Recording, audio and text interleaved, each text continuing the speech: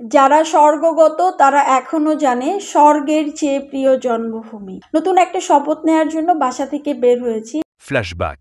Hello সবাইকে, life এক্সপ্রেসের নতুন একটা ভ্লগে সবাইকে ওয়েলকাম করছি। আজকে আমরা যাচ্ছি মিরপুর 10 নম্বর ফায়ার সার্ভিসের যে মাঠ আছে সেখানে। আমি, অঞ্জন এবং অস্তিত্ব তিনজনই যাচ্ছি। ভালো কাজে সামিল হতে কার না ভাল লাগে বলেন। রাস্তায় বের হয়ে মনটা ভীষণ ভালো হয়ে গেল। দেখলাম যে আমার ছাত্রছাত্রী ভাই বোনেরা ট্রাফিক কন্ট্রোল করছে। এত সুনিপুণভাবে ট্রাফিক কন্ট্রোল করা দেখে একদম আনন্দে চোখে পানি এসে গেল। যাই হোক, রাস্তা দিয়ে সুন্দর এই দৃশ্য দেখতে দেখতে কখন যে পৌঁছে গেলাম মাঠে টেরই পেলাম না, কারণ রাস্তায় ট্রাফিক ছিল না। ওই যে বললাম, মাঠে পৌঁছে দেখতে পেলাম এত লোক হয়েছে, লোকে লোকারণ্য, পুরা মাঠ ভরে গিয়েছে। কোনো রকম দাঁড়িয়ে গেলাম একটা জায়গায়, গিয়ে নানা রকম আনুষ্ঠানিকতা চলছিল, আমরা গিয়ে দেখি।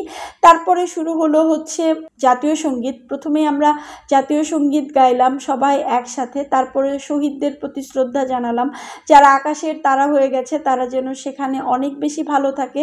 তারপর আমরা এই দেশটাকে সুন্দর করে গড়বার জন্য একটা শপথ নিলাম। দেশটা তো আসলে একা একা গড়া সম্ভব না, সবাই মিলে একসাথে চেষ্টা করলে একদিন এই দেশটা নিশ্চয়ই স্বপ্নপুরী হবে। যাই হোক, তারপরে লাস্ট যে আনুষ্ঠানিকতাটা ছিল সেটা হচ্ছে মোমবাতি প্রজ্বলন। মোমবাতি প্রজ্বলনের সময় খেয়াল করলাম আমার চোখের কোণে পানি চলে এসেছে।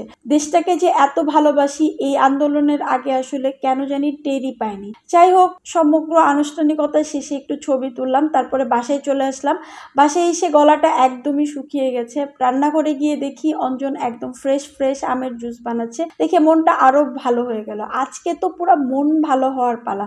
সিরিয়ালি শুধু মন ভালো হওয়ার এক একটা ঘটনা। অঞ্জন জুস বানিয়ে আনলো, আমরা তিনজন একসাথে জুস খেয়ে মনে হলো এখন তো একটু রান্না বান্না করা উচিত। ফ্রিজে বেশ কিছু তরকারি আছে, তাই ভাবলাম যে একটু চিকেন রান্না করে ফেলি, তাড়াতাড়ি হয়ে যাবে। প্রথমে আমি ভাত রান্না করলাম, তারপরে চিকেন রান্নার জন্য প্রথমে আগে কড়াইয়ে তেল দিয়ে নিলাম, তারপরে ওর মধ্যে দিয়ে দিলাম পেঁয়াজ কুচি। পেঁয়াজটা হালকা ভাজা হয়ে গেলে দিয়ে দিলাম গরম মশলা, হলুদ, মরিচ, জিরা, ধনিয়া, রসুন বাটা, আদা বাটা আর লবণ। মাংসটা খুব ভালো করে কষানো হয়ে গেলে মাংস আর সাথে দিয়ে দিলাম হচ্ছে আলুটা আমি একটু হলুদ আর মরিচ দিয়ে ভেজে নিয়েছি, কারণ অস্তিত্ব খুবই আলুপ্রেমী মানুষ।